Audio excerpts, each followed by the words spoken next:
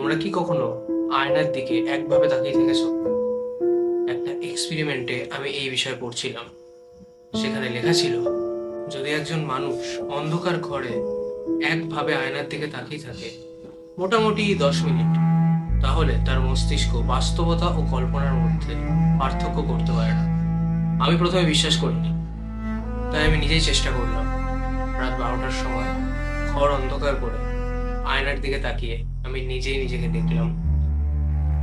প্রথম 2 মিনিট কিছুই হলো না, কিন্তু 5 মিনিট পর আমার মনে হলো আমার মুখটা একটু একটু করে বদলে যাচ্ছে।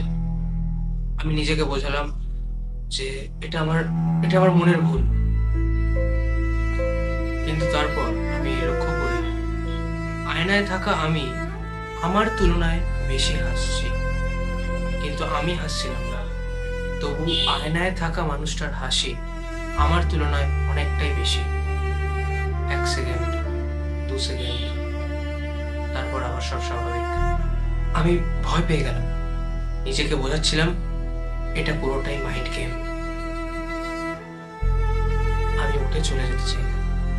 ঠিক তখনই আয়নায় থাকা মানুষটা মাথা নাড়ল। আমি স্পষ্ট দেখলাম সে একটাই কথা বলল, যেও না। ভয়ে আমার শরীর জমে গেল।